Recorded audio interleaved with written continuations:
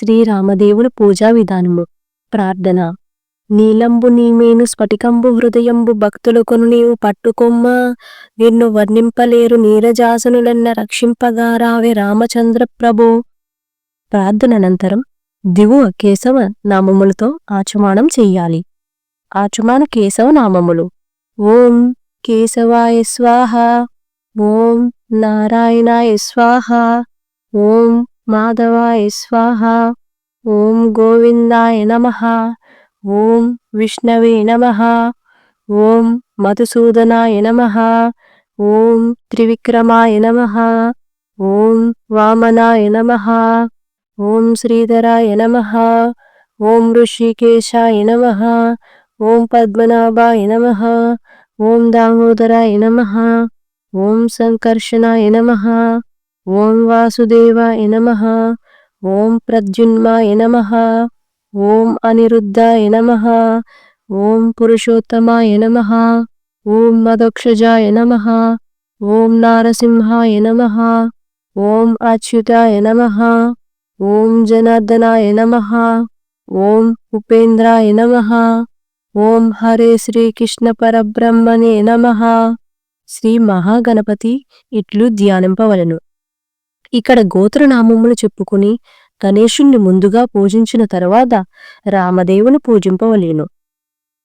శుక్లాంబరధరం విష్ణుం శశివర్ణం చతుర్భుజం ప్రసన్నవదనం ధ్యాయేత్ సర్వవిఘ్నోపశాంతయే. ఏకదంతం మహాకాయం తప్తకాంచన సన్నిభం లంబోదరం విశాలాక్షం వందేహం గణనాయకం. శ్రీరామష్టోత్తర శతనామావళి.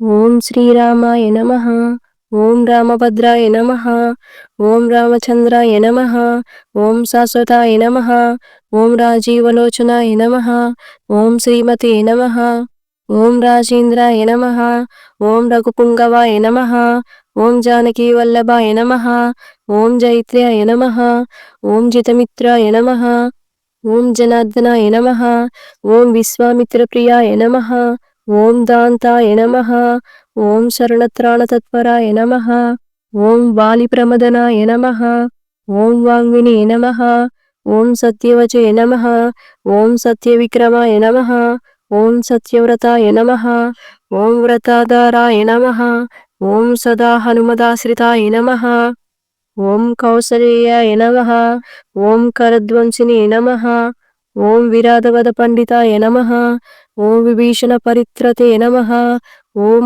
హరకోదండకాండనాయ నమః, ఓం సప్తతాళ ప్రభేత్రే నమః, ఓం దశగ్రీవ శిరోహరాయ నమః, ఓం జమదగ్న మహాదర్పదాలనాయ నమః, ఓం తాటకాంతకాయ నమః, ఓం వేదాంతసారాయ నమః, ఓం వేదాత్మనే నమః, ఓం భవరోగస్య భేషజాయ నమః, ఓం దూషణ త్రిశూర హంత్రే నమః, ఓం త్రిమూర్తయే నమః, ఓం త్రిగుణాత్మకాయ నమః, ఓం త్రివిక్రమాయ నమః, ఓం త్రిలోకాత్మనే నమః, ఓం పుణ్యచారిత్ర కీర్తనాయ నమః, ఓం త్రిలోకరక్షకాయ నమః, ఓం ధన్వినే నమః, ఓం దండకారణ్యవర్తనాయ నమః, ఓం అహల్యశాపశామనాయ నమః, ఓం పితృభక్తాయ నమః, ఓం వరప్రదాయ నమః, ఓం జితేంద్రియాయ నమః, ఓం జితక్రోధాయ నమః, ఓం జితమిత్రాయ నమః,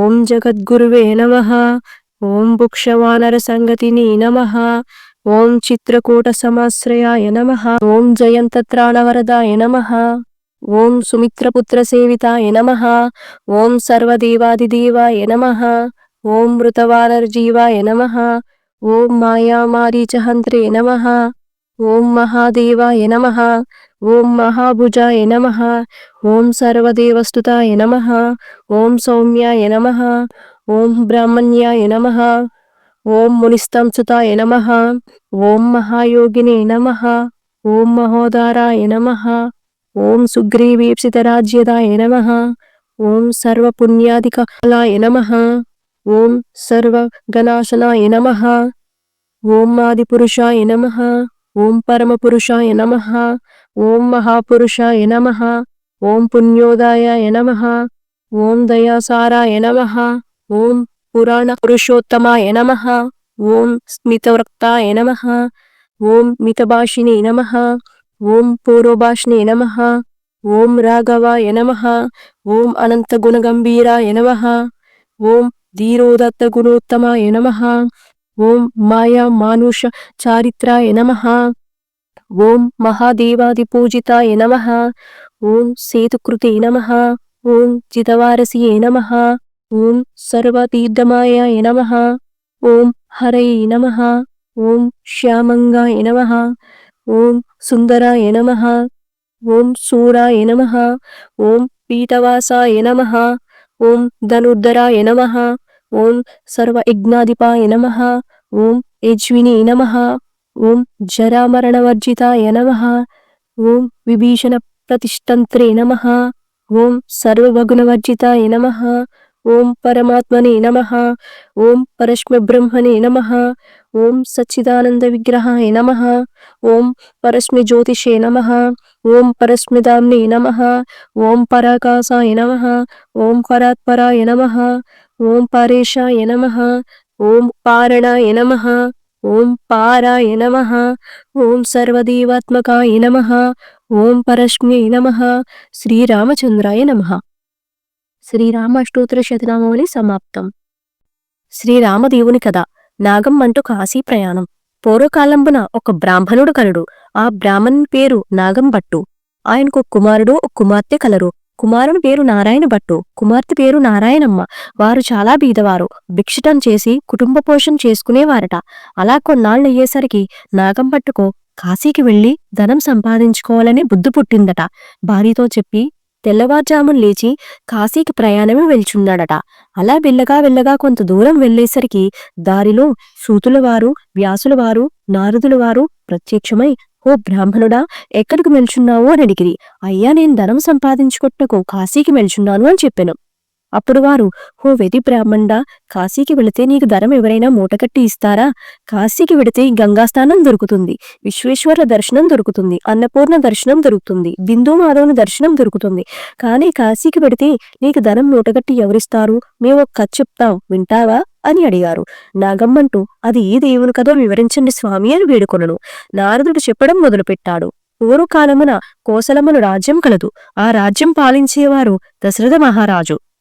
ఆయన పిల్లల కోసం పుత్రకామేష్టియాగం చేయగా దేవతలు ప్రత్యక్షమై పాయస పాత్ర ఇచ్చినారు. అతడది పట్టుకుని వెళ్లి తన భార్యలకు కౌసల్య, సుమిత్ర, కైకేయి అను ముగ్గురు రాణులకి ఇచ్చినాడు. వారు ముగ్గురు పాయసం భుజించగానే గర్భవతులైరి. నవమాసములు నిండగా చైత్రశుద్ధ నవమి నాడు పునర్వసు నక్షత్రమున శ్రీరామ, లక్ష్మణ, భరత, శత్రుఘ్నులు నలుగురు కుమారులు జన్మించినారు. వారు దినదిన ప్రవర్ధమానులై బాలచంద్రుల వలె పెరుగుచుండరి.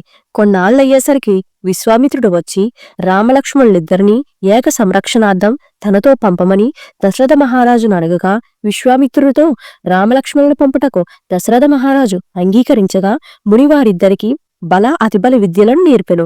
రాముడు తాటకను చంపి, శివును విల్లు విరిచి, సీతను పెండ్లియాడి, అహల్య శాప విమోచనం చేసి, పరశురాముని గర్వభంగం చేసి, కైకవరము చేత 14 ఏండ్లు అరణ్యవాసములో నుండగా రావణాసురుడు సీతను ఎత్తుకుపోగా లంకాపురమునకేగి లంకాదహనం చేసి రావణాసురుణ్ణి వధించి విభీషణులకు పట్టం కట్టి అయోధ్యకు తిరిగి వచ్చి పట్టాభిషిక్తులై సుఖంగా రాజ్యమును ఏలుచుండెను అని వారు ఈ విప్రునకు మరలా రామదేవుని వ్రతకథ విధానం ఇట్లు చెప్పిరి.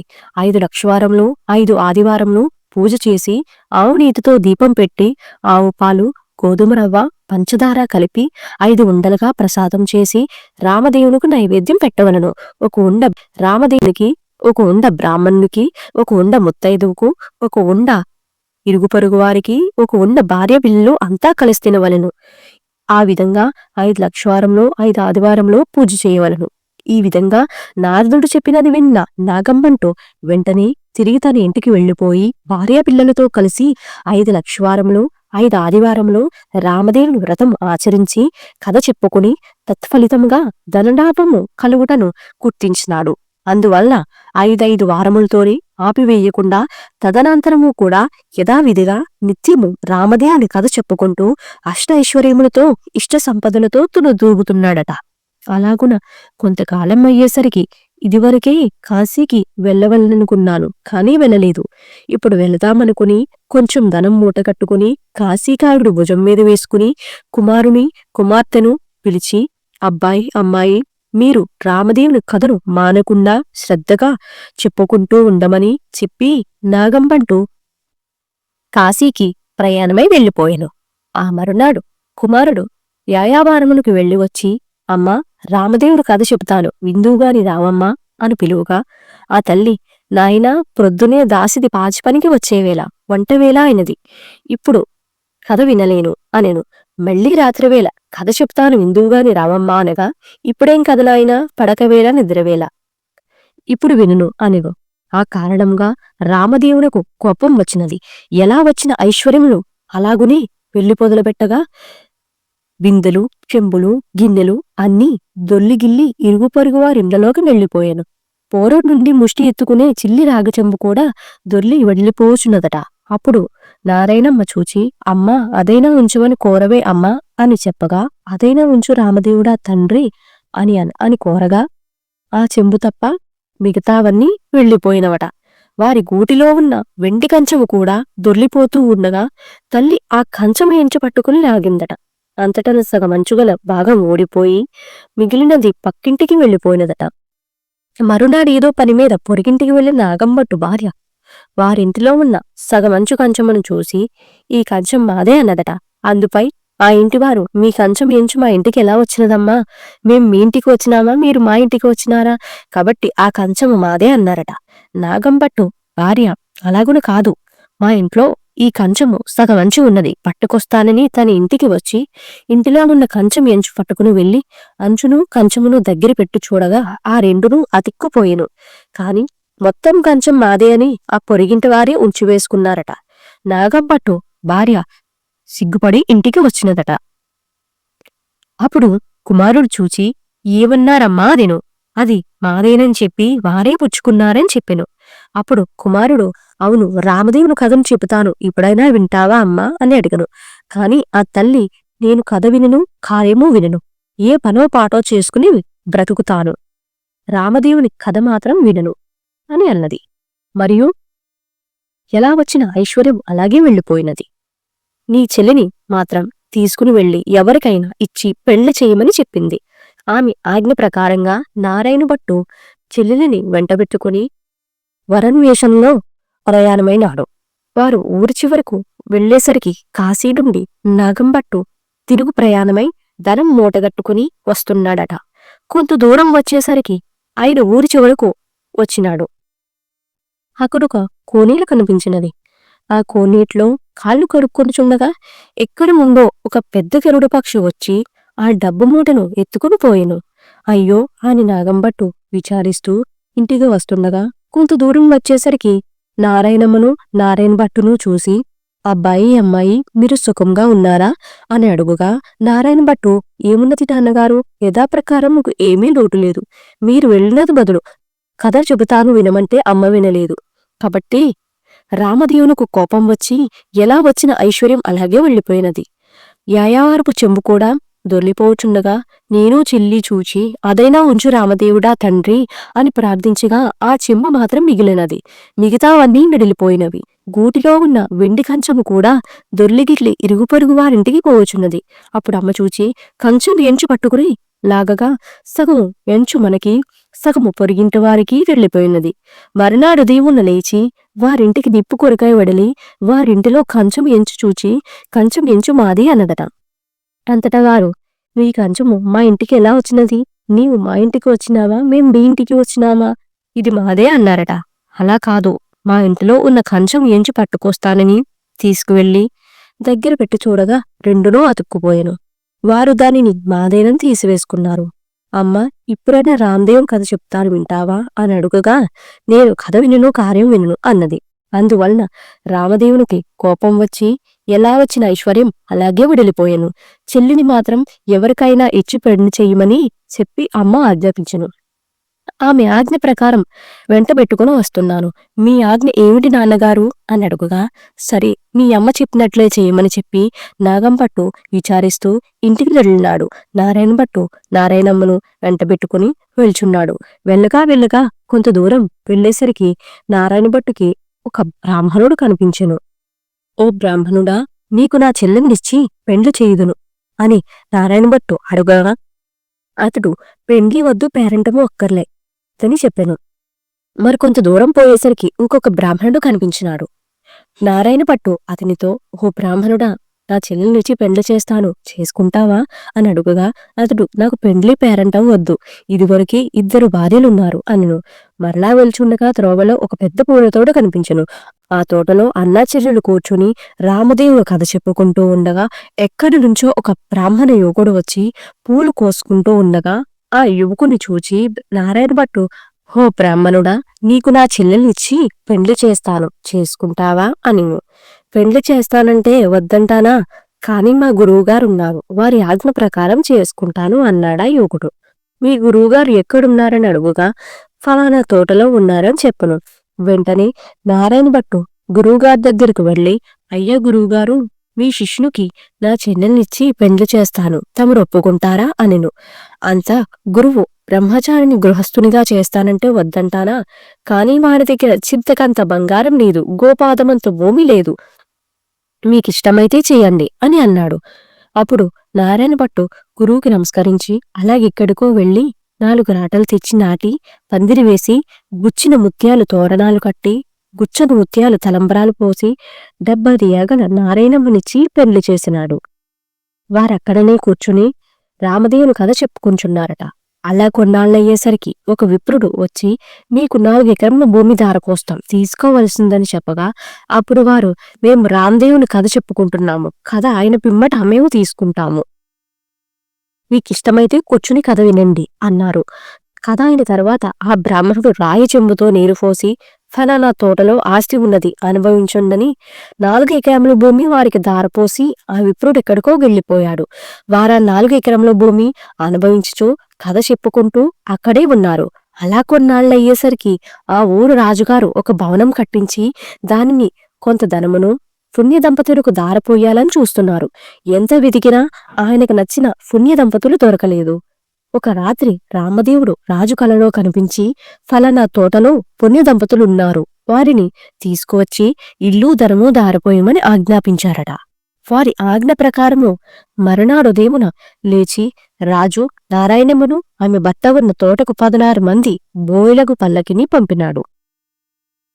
వారక్కడకు వెడలి, ఏవండోయ్, మా దేశపు రాజుగారు ఒక గృహమును కొంత ధనమును మీ ఇద్దరికూ దారపోస్తారట, మిమ్మల్ని వెంటబెట్టుకుని రమ్మని పంపినారు, కనుక రావాల్సిందనగా వారు, మేము రామదేవుని కథ చెప్పుకుంటున్నాం, మీకిష్టమైతే కూర్చుని కథ వినండి, తర్వాత వెడదాం అనగా బోయిలు కథ విన్న తర్వాతని ఆ పుణ్య దంపతులను తీసుకుని వెళ్లి రాజుగారికి అప్పగించిరి. రాజు సంతోషంతో ఆ గృహమును ధనమును వారికి దారపోసి వెళ్లిపోయినారు. అప్పుడు నారాయణమ్మ ఆమె భర్త నారాయణభట్టు ఆ గృహమును 4 ఎకరముల భూమిని అనుభవిస్తూ నిత్యమును రామదేవుడి కథ చెప్పుకుంటూ అక్కడనే ఉండసాగారు. కొన్నాళ్ళయ్యేసరికి నారాయణభట్టు, అమ్మాయి, నేను ఎన్నాళ్ళు ఇలా మీ దగ్గరే ఉంటాను, నేను వెళ్ళి రామదేవుని తీసుకువస్తాను, నీవు నీ భర్త కథ మానకుండా చెప్పుకోండి అని చెప్పి తాను ప్రయాణమై వదిలినాడు. నారాయణభట్టు కొంత దూరం వెళ్ళాక ఓ గ్రామం వచ్చినది. ఆ గ్రామంలో ఒక గొల్లవాణిని చూచి, గొల్ల, ఈ గ్రామంలో విశేషాలేమిటి అని అడిగెను. ఏమున్నది నాయనా, నేను పుట్టుకతోనే అందుడును, వాళ్ళు వడ్లు పోసి నన్ను కాపలా కూర్చోమనగా కర్ర పుచ్చుకొని కూర్చున్నాను, నా అవస్థే ఇలా ఉంది బాబు అన్నాడట. నారాయణభట్టు, ఒక కథ చెప్తాను వినదవా అని అడిగెను. గొల్ల అలాగే వింటాను చెప్పమన్నాడు. అప్పుడు నారాయణభట్టు రామదేవుడు కథ వ్రత విధానం అంతా చెప్పేసరికి ఆ గొల్లవానికి కొంచెం కళ్ళు కనిపించినవట. అప్పుడతను, ఓహో, కథలోనే ఇంత మహత్యం ఉంది, వ్రతం చేసుకుంటే ఇంకెంత మహత్యం ఉంటుందో, ఇంతకీ నువ్వు ఏ దైవానువో ఏ దేవుడువో చెప్పమను.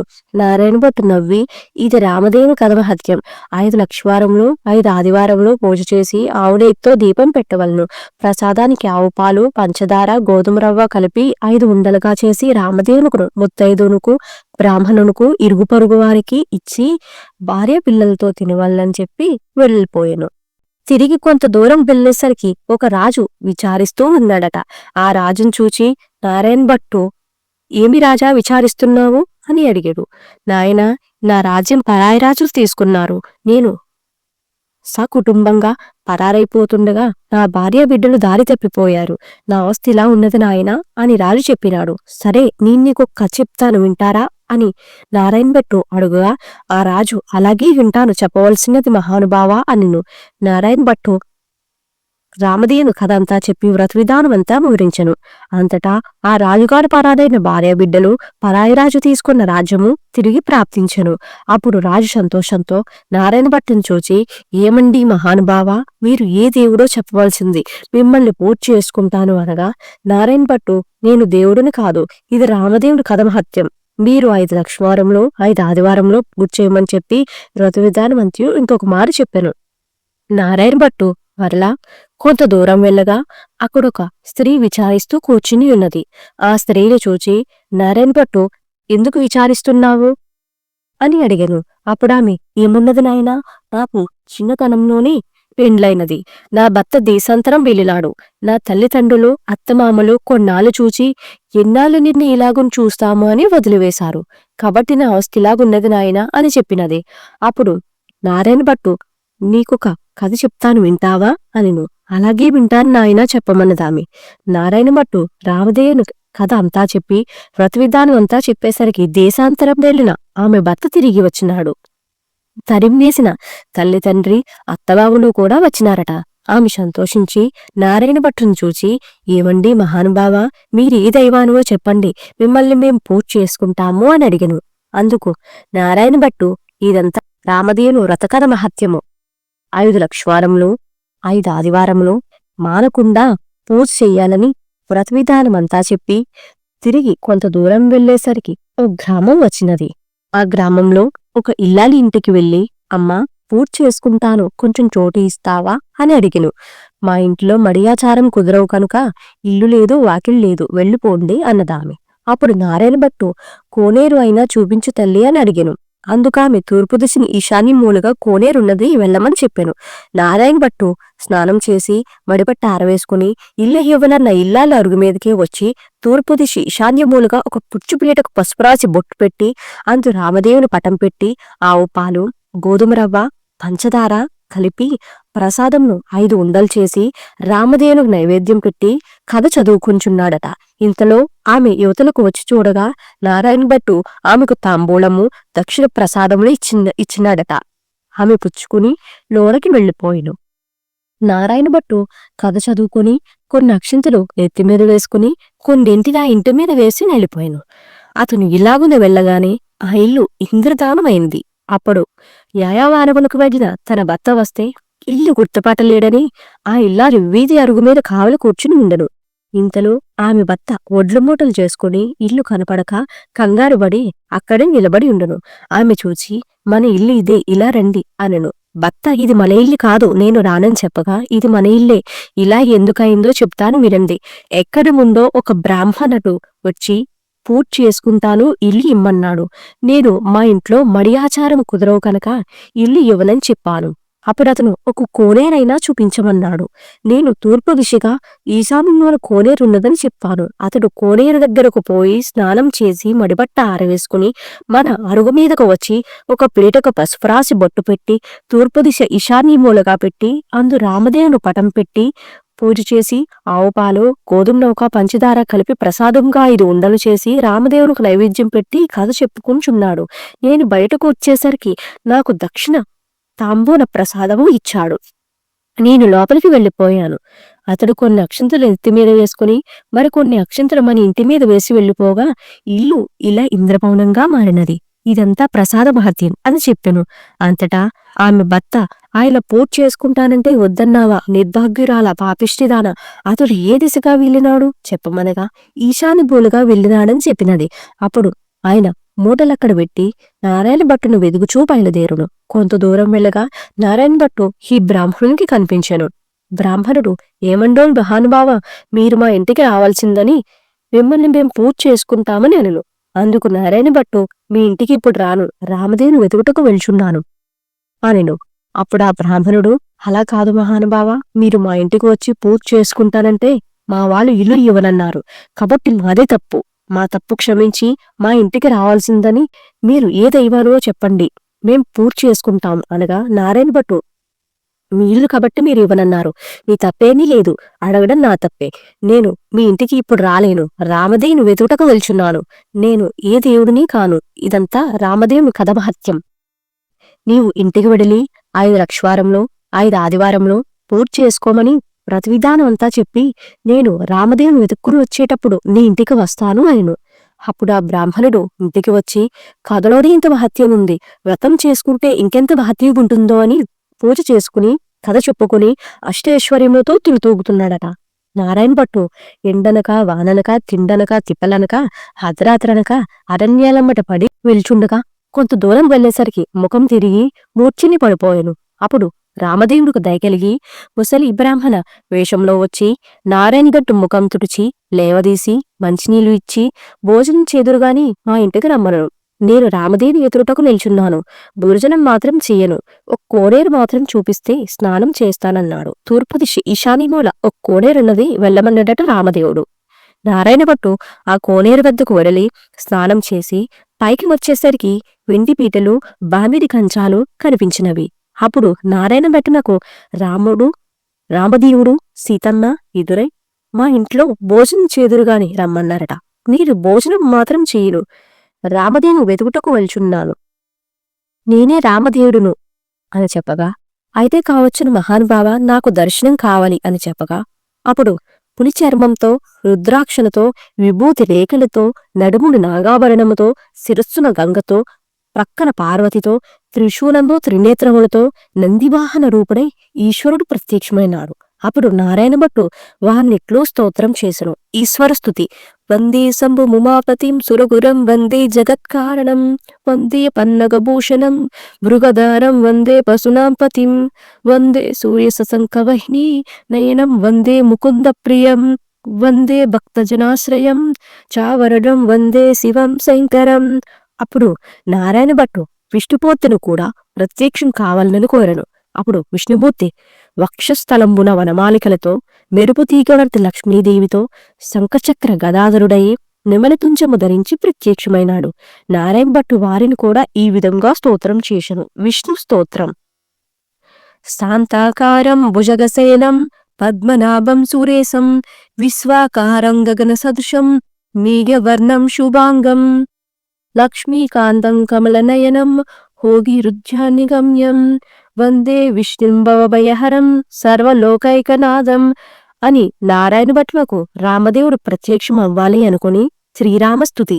శ్రీమద్దివ్య మునీంద్ర చిత్త నిలయం సీతా మనోనాయకం వాల్మీకోద్భావ వాక్పయోధి ససినం స్మరణం చిన్మయం నిత్యం నీరద నీలకాయ మమలం నిర్వాణ సందాయకం శాంతం సత్వమనమయం శివకరం శ్రీరామచంద్రం భజే అని స్తోత్రం చేసేసరికి అనుమస్తీత లక్ష్మణ భరత శత్రుఘ్న పరివార సహితంగా శ్రీరామచంద్రుడు ప్రత్యక్షమైనాడు. అప్పుడు రామదేవుడు ఇప్పుడైనా భోజనం చేస్తావా అని నారాయణ భట్టును అడిగను. అలాగే చేస్తాను గాని భోజనమైన తర్వాత నాతో వస్తానని అభయహస్తం ఇస్తే భోజనం చేస్తాను నేను. రామదేవుడు నారాయణ భట్టుకు అలాగే వస్తానని అభయహస్తం ఇచ్చెను. అప్పుడు సీతామహాతల్లి 4 కూరలు నవకాయ పిండి వంటలతో పంచభక్ష పరమాన్నాలు వండి వెండి పీటలు బామిడి కంచాలు వేసి వారు బంధుకోటి పరివారి సహితంగా రామదేవుడి పరివారి సహితంగా నారాయణ భట్టుకు భోజనం వడ్డించెను. అందరూ భోజనం చేసి కర్పూర తాంబూలంలో వేసుకున్న తరువాత నారాయణ భట్టు తనతో రావాల్సిందని కోరరు. అప్పుడు ముందు నారాయణ భట్టు అతని వెనుకనే రామదేవుడు బయలుదేరి వెళ్చున్నారు. అలా కొంత దూరం వెళ్లి నారాయణ భట్టుకు వెనుక తిరిగి చూడగా అతనికి అప్పుడు రామదేవుడు కనిపించలేదు. అంతా నారాయణ భట్టు ముఖం తిరిగి మూర్ఛ వచ్చి నేల మీద పడిపోయెను.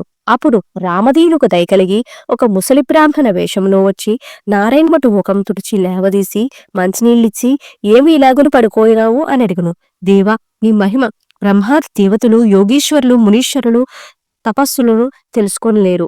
మీ మహత్యం తెలుసుకుంటకు నేనెంతటి వాడును? నా తప్పును క్షమించి నాతో రావాల్సిందని రామదేవుణ్ణి నారాయణ భట్టు మరలా ప్రార్థించెను. అప్పుడు రామదేవుడు అలాగే వస్తాను అని, నీవు వచ్చినప్పుడు ఎవరి ఇండ్లకు వెళ్ళినావో వారి ఇండ్లకు నన్ను కూడా నీ భుజాలపైకి ఎక్కించుకుని తీసుకువెళ్ళమను. నారాయణ భట్టు రామదేవుని తన భుజాలపైకి ఎక్కించుకుని కొంత దూరం వచ్చేసరికి ఇల్లు ఇవ్వరని చెప్పిన ఇల్లాలి ఇంటికి వచ్చింది. ఆచట ఆ ఇల్లాలు ఆమె భర్త కూర్చుని రామదేవుని కథ చెప్పుకొంచుండరి. ఈ విధంగా తొలుత విచారగ్రస్తురాలిగా కనిపించిన స్త్రీ ఇంటికి, రాజుగారింటికి, గొల్లవారింటికి వచ్చిన వారందరూ రామదేవుని కథ చెప్పుకుంటుండగా వినివారికి అష్టైశ్వర్యంలో, ఆయురారోగ్యంలో, ఎడాబాయకుండా సిరి సంపదలు ఇచ్చి వారందరినీ రక్షించినారట. అటు పిమ్మట నారాయణ భట్టు రామదేవుని తన చెల్లెలి ఇంటికి కూడా తీసుకుని వెళ్ళగా అక్కడ వారు రామదేవు కథ చెప్పుకుంటుండచే సంతుష్టులై వారికి అష్టైశ్వర్యములు, సిరి సంపదలు, ఆయురారోగ్యములు ఇచ్చి కాపాడి రక్షించినారట. అప్పుడు నారాయణమ్మ తన ఇంటికి అన్నయ్య వచ్చినాడని కాళ్ళు చేతులు కడుక్కుంటూ కొన్ని నీళ్లు ఇచ్చి దాహానికి మజ్జిగ ఇచ్చినది. సకల మర్యాదలు చేసినది. అప్పుడు నారాయణ భట్టు మర్యాద చేయనక్కర్లేదు, ఇప్పుడు నేను రామదేవుని తీసుకుని వచ్చుచున్నాను, నీవు నీ భర్త మన ఇంటికి రావళ్ళు, మనమందరం పూర్తి చేసుకుందాము అని చెప్పినాడు. అప్పుడు నారాయణమ్మ సంతోషంతో అలాగే వస్తామని నారాయణమ్మ, ఆమె భర్త నారాయణ భట్టు రామదేవులతో సహా వారంతా బయలుదేరి వారి గ్రామ పొలిమేర్లకు వచ్చేసరికి గ్రామంలోని వారి కొందరు చూచి వారి తల్లిదండ్రులతో, ఏవండో నాగం భట్టు గారు, మీ అబ్బాయి, అమ్మాయి, అల్లుడు ఇంకా ఎవరెవరో బయలుదేరి వస్తున్నారని చెప్పినారట. అప్పుడు వారి తల్లిదండ్రులు పరిగెత్తుకుని వచ్చి సంతోషంతో కుమారుని కుమార్తెను కౌగిలించుకోబోయినారట. అప్పుడు నారాయణ భట్టు చూసి, అమ్మ నన్ను ముట్టుకోవద్దు, ఇప్పుడు నేను రామదేవుని తీసుకుని వచ్చున్నాను. మీరు ఇంటికి వెళ్ళి 4 మూళ్ళు దులిపి నల్లగా అలికి తెల్లగా ముగ్గులు పెట్టి పచ్చగా పసుపు రాసి మామిడాకుల తోరణాలు కట్టి ఒక పీటకు పసుపు రాసి బొట్టు పెట్టి తూర్పు దిశ ఈశాన్యమునగా ఉంచి దానిపై రామదేవుని పటం పెట్టి గోధుమ నూక, పంచదార, ఆవుపాలు కలిపి ప్రసాదం 5 ఉండలు చేసి పూజకు అన్ని సిద్ధము చేసినాక కవరు చెయ్యండి, అప్పుడు నేను రామదేవుని తీసుకువచ్చుదనని చెప్పినాను. వారు సంతోషంతో అతడు చెప్పిన ప్రకారం పూజకు అన్నిటినీ సిద్ధం చేసి అతనిని రమ్మని పిలిచిరి. అప్పుడు నారాయణ భట్టు సంతోషంతో రామదేవుని భుజాలపైకి ఎక్కించుకుని ఆ గ్రామంలో 4 వీధుల్లో ఊరేగించి ఇంటికి తీసుకుని వచ్చి ఆ రామదేవునితో, తండ్రి, మా ఇంట్లో మీరు కుడిపాదం పెట్టవలను అని ప్రార్థించెను. అప్పుడు రామదేవుడు వారింటిలో కుడిపాదం పెట్టేసరికి అది పెద్ద ఇంద్రభవనంగా మారిపోయినది. అప్పుడు నారాయణ భట్టు రామదేవునితో, పేదవాడను, నిన్ను తప్ప అన్యమెరుగని వాడను, నీ భక్తుడును కాబట్టి అపరాధంగాను అపచారంగాను భావించక నాకున్న ఈ పుచ్చుపీటయే సింహాసనం అనుకుని దయ ఉంచి దానిపై తమరు కూర్చుండవల్లని వినయముగా ప్రార్థించాను. రామదేవుడు ఆ పీట మీద కూర్చునేసరికి అది వజ్రాలు, వైడూర్యాలు, కెంపులు, మాణిక్యాలతో చేసిన బంగారపు సింహాసనంగా మారిందట. అంతటా సీతాలక్ష్మణ, భరత, శత్రుఘ్నాది పరివార సహితముగా శ్రీరామచంద్రమూర్తి వారింటిలో ఆసీనులై వెలిసినారట. ఆ పూట రామదేవుడు వ్రతం చేసుకుని కథ చెప్పుకుని కథక్షంతులు తన శిరస్సుడిపై ధరించేసరికల్లా ఎక్కడ ఉండో ఒక బీద బ్రాహ్మణుడు వచ్చి, ఏవండో నాగంభట్టు గారు, మీ అబ్బాయికి మా అమ్మాయినిచ్చి పెళ్లి చేస్తాము, ఒప్పుకుంటారా అని అడుగా, పెండ్లి చేస్తానంటే వద్దంటానా బాబు, అలాగే చేద్దామని చెప్పి నాగంభట్టు పాకను పందర్లు వేయించి గుచ్చిని ముత్యాలు తోరణాలు కట్టి గుచ్చని ముత్యాలు తలంబరాలు పోసి నారాయణ భట్టుకి 70 ఏగాల పెండ్లి చేసినాడట. నారాయణ భట్టు, అతని భార్య నారాయణమ్మ, ఆమె భర్త వారంతా మరలా రామదేవుడు వ్రతం పట్టి ఆవుపాలు, గోధుమ రవ్వ, పంచదార కలిపి ప్రసాదం చేసి ఆవుడేతితో దీపం పెట్టి తూర్పువైపు ఈషాదిమూలుగా ఒక పీటకు పసుపు రాసి బొట్టు పెట్టి 5 లక్ష్మీవారములు, 5 ఆదివారములు పూజ చేసి నైవేద్యం పెట్టి కథ మానకుండా చెప్పుకుంటున్నారట. వారి భక్తికి మెచ్చి రామదేవుడు వారికి ఆయురారోగ్యవృద్ధి, అష్టైశ్వర్యములు, ఎడాబాయకుండా సిరి సంపదలు ఇచ్చి రక్షించినారట. ఈయన ప్రపంచమంతా నోచిరి. నోచిన వారందరూ అష్టైశ్వర్యవంతులయ్యి సుఖంగా ఉండిరి. రామదేవుని కథ సంపూర్ణము.